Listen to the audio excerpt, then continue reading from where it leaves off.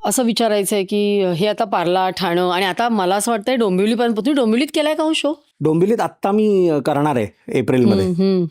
म्हणजे आधी केलाय मी, बिफोर द पॅन्डेमिक केलाय. अच्छा, हां. म्हणजे तुमचा सर्वत्र मला वाटतं संचार चालू आहे. म्हणजे ठाणे, डोंबिवली, पुणे, मुंबई, कॅनडा आणि ठिकठिकाणी.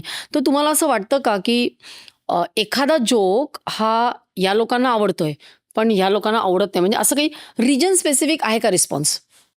एवढं नाही. Yes, there are some cities ज्याची मी नावं घेणार नाही, कारण लोक बरेचदा इमोशनल होतात. नाही, सांगा की तुम्ही. काही सिटीजमध्ये मी असं बघितलंय की पश्चिम महाराष्ट्रात एस्पेशली, की तेवढं हे मजा येत नाही शो करायला बरं. किंवा हे. सो फॉर एक्झाम्पल आता कोल्हापूर आणि सांगली आहे, which is barely 45 minutes apart. सांगलीचा जो ऑडियन्स आहे तो एकदम पुण्यासारखा आहे. बरं. कोल्हापूरमध्ये मी हाच शो 2दा केलाय, पण I had to explain my jokes. Really? हां, सो ते थोडंसं मी ऑब्झर्व केलं आहे. And that is the reason मी कोल्हापूरमध्ये आता शोज करत नाही, कारण end of the day you also need to have that feel when you are on stage. कोल्हापूरकरांना तुमची काही चूक नाही आहे ह्याच्यात. मे बी कॉमेडीचं कल्चर अजून तिथपर्यंत पोचलं नाही आहे, बट सांगलीतही नव्हतं पोचलं, right. Kolhapur Sangli twin cities, जे कोल्हापूरला जातात ते सांगली पण करतात. But Sangli for some reason is very similar to Pune. Kolhapur नाही आहे, कारण मी आधी पण केला होता. सो 3 शोज केलेत टोटल.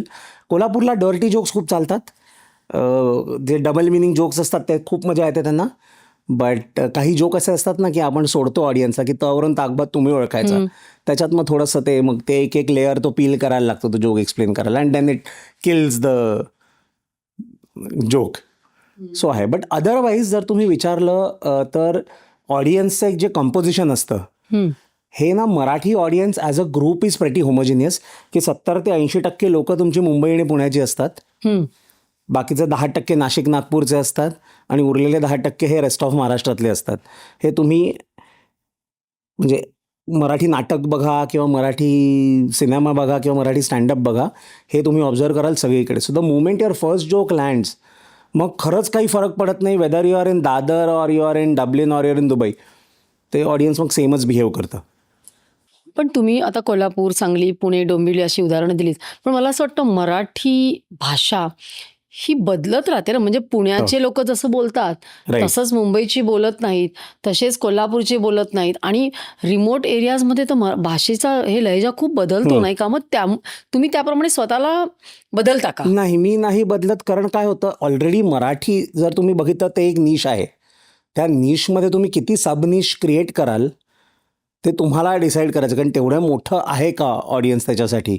आणि मग आता समजा मी म्हटलं की विदर्भाचं थोडंसं मराठी वेगळं आहे, त्याच्यासाठी जर मी माझं कॉन्टेंट चेंज केलं तर विदर्भात शो करता येतील अशी 4च शहरं आहेत.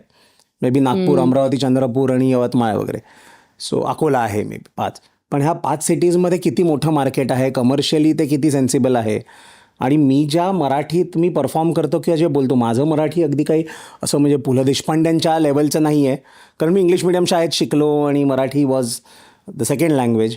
पण मी जे मराठी बोलतो ते जे टेक्स्टबुक मराठी असतं मी ते बोलतो, जे शाळेत सगळ्यांना शिकवलं जातं. So I think it is very easy to understand. Maybe काही गोष्टी अशा असतील ज्या त्यांना सेन्स नाही बनणार, की if you seen my show. आता प्रत्येकाचं एक वातावरण असतं, याच्यात प्रत्येकजण वाढलेला असतो.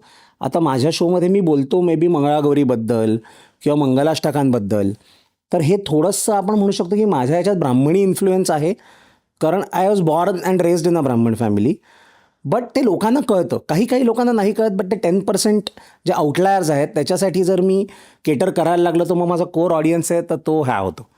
काही लोक वराठीमध्ये करणारे कमेडियन्स आहेत, जे त्यांचं ऑडियन्स घेऊन बसलेत. मी माझा ऑडियन्स घेऊन बसलो आहे. So I think everybody has to find their own voice and be comfortable in that voice. If you try to spread yourself too thin and be all over the place, मग तुमचा एक core essence असतो तो निघून जातो. मग then you become more like a content creation factory, which is not what art is about. पण आता मला असं वाटतं कॉमेडी शोज हे वेगळं आहे, पण आता सोशल मीडियामुळे तुम्ही एवढासा जरी जोक केला तरी तो लाखो करोडो लोकांपर्यंत पोहोचतो, नाही का? मग तरी सुद्धा तुम्हाला निश का हवंय? कारण मराठी इज ऑलरेडी मला असं वाटतं इंडियामध्ये 3rd स्पोकन लँग्वेज, नाही का? पहिली हिंदी, बंगाली आणि मग मराठी. म्हणजे केवढा मोठा ऑडियन्स आहे. आणि मी तुमचा शो बघितलेला आहे, छान वाटतं, म्हणजे असं मस्त वाटतं. मग तुम्ही तुमची ही स्टाईल डेव्हलप केली की that's how you are? I think 2 गोष्टी होत्या. जर माझी नॅचरल स्टाईल तुम्ही विचारली तर may be I started off doing comedy in 2015. So त्यावेळेला this was not my natural style or this was not my voice. कारण मला त्यावेळेला आवडायचं टू डू एजी कॉन्टेंट, थोडंसं ना pushing the envelope bit by bit असं. What is that you said word? What content? Edgy edgy. Which okay. Is ते perform करताना कुठेतरी असं तुमचा पण हां. The hair on the back of your neck has to stand की बाबा कोणीतरी ऑफेंड होईल का आणि हे होईल का. I use to love doing political content. Really? Yeah so बरेचसे बिट्स आहेत जे मी नाही टाकले यूट्यूबवर, कारण तुम्हाला माहिती आहे आपल्या देशात रिपरकशन्स त्याचे खूप वाईट होऊ शकतात. बट मला मजा यायची ते करायला. बट पॅन्डेमिक आला आणि मग पॅन्डेमिक नंतर थोडंसं एक गरज होती to reorganize yourself, because coming out of the pandemic you had to cover the ground that you had lost in the 18-24 months of the hay. So मग त्यावेळेला असं होतं की एक काहीतरी मला असं लिहायचं आहे ज्याला ग्लोबल अपील असेल, जे एका वायडर ऑडियन्सला रीच करू शकू आणि ज्याच्यामुळे परदेशात वगैरे शोज करता येतील. आणि म्हणून मग शुभमंगल सावधानचं आय थिंक जेनेसिस तिकडे होतं. आणि म्हणून I think Shubhmangal Savdhan right नाव is the only Marathi show ज्याचं एज लिमिट 8+ आहे. हो. You see in the show Yeah. Right, there is nothing that is dirty or हे 8+ पण ह्याच्यासाठी ठेवलं कारण त्याच्या खालच्या वयाची लोक ऑडियन्समध्ये मग आवाज करतात, बाकी लोकांना डिस्टर्ब होतं राईट. सो त्याच्यामुळे असं ग्लोबली ॲक्सेप्टन्स खूप आहे की जिथे तुम्ही 2 तिकीटं विकायचं, कपल यायचं, त्यांना पण प्रॉब्लेम व्हायचा की मुलांना कुठे ठेवायचं, विकेंडला आईबाबांचं काय करायचं. आता ते सगळ्यांना घेऊन येतात. So instead of 2 I am selling 5 tickets right. So that has also help. So हे थोडंसं ड्रिवन बाय सर्कमस्टान्सेस पण होतं.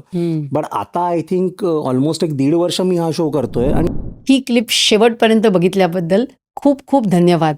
संपूर्ण एपिसोड बघण्यासाठी खाली दिलेल्या लिंकवर क्लिक करा आणि सर्व काही चॅनलला सबस्क्राईब करायला विसरू नका.